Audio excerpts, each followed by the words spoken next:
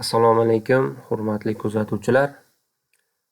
Bugun sizlar bilan robot stolda yoki biror bir joyda saqlab qo'ygan papkangizni ArcCatalog ilovasiga bog'lash jarayonini ko'rib o'tamiz.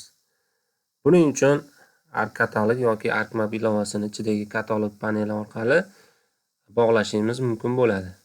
ArcCatalog ilovasini ochgan holatda ishlaymiz. E'tibor bering mana. Kataloglar panelida demak folder connection mavjud. Folder connection. Bu ya'ni o'sha bog'langan papkalarimizni ko'rsatib turuvchi bo'limi. Endi biz yangi ochgan papkamizni qanday bog'laymiz? Buning uchun robot stolga Ctrl+Shift+N tugmalarini bosgan holatda yangi papka yaratib olamiz. Papkamizning nomini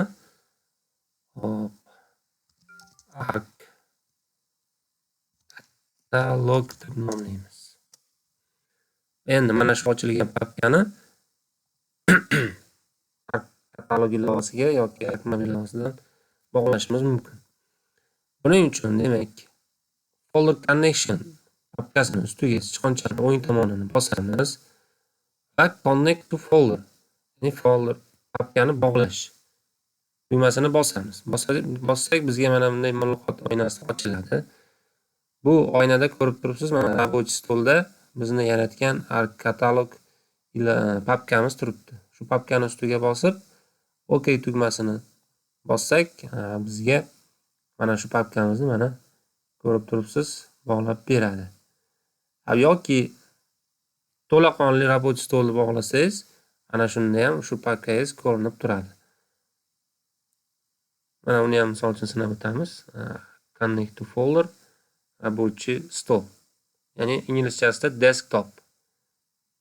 Tanlab turib, OK tugmasini bosadigan bo'lsak, mana robotchi stolimizdagi barcha mavjud papkalarni to'g'ridan-to'g'ri ko'rsatib beradi. Ularning ichida demak biz yaratgan ArcCatalog nomli papkamiz ham turadi. Fayllarni bog'lash jarayoni demak ArcCatalogda mana shunday amalga oshiriladi. E'tiboringiz uchun rahmat.